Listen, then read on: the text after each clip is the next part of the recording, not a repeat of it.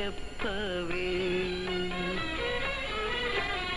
మము బ్రోవమని చెప్పవే సీతమ్మ తల్లి ఆహా వండర్ఫుల్.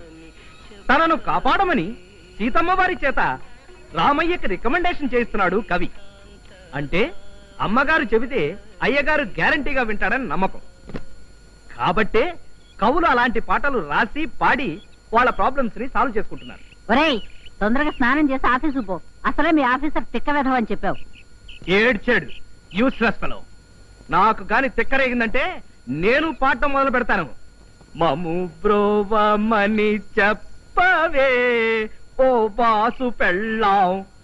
మము బ్రోవమని చెప్పవే ఓ బాసు పెళ్ళాం. ఏమైందిరా ఆగిపోయావు? గడ్డం తెగిందా? ఇక్కడ నాకు గడ్డం తెగడం కాదే, అక్కడ మా బాసు పీక తెగింది. నన్ను బ్రోవమని చెప్పవే ఓ బాసు పెళ్ళాం.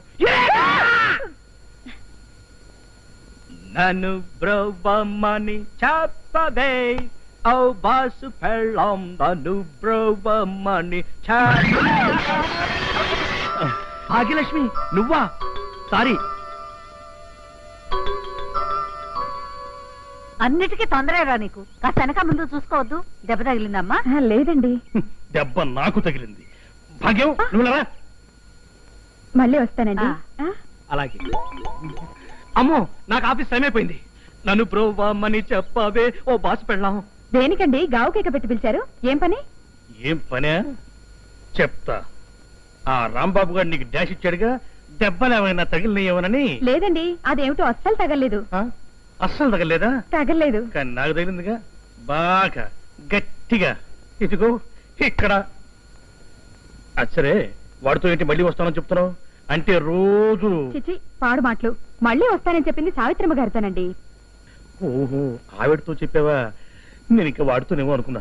ఈ వీడియో మీకు నచ్చినట్లయితే లైక్ చేయండి, షేర్ చేయండి. ఇలాంటి మరిన్ని సరికొత్త సినిమా వీడియోల కోసం ఛానల్ ని సబ్స్క్రైబ్ చేయండి. అలాగే ఇక్కడ ఉండే ఈ గంట సింబల్ ని క్లిక్ చేయండి. మేము అప్డేట్ చేసే ప్రతి వీడియో నోటిఫికేషన్స్ మీకు వచ్చేస్తాయి.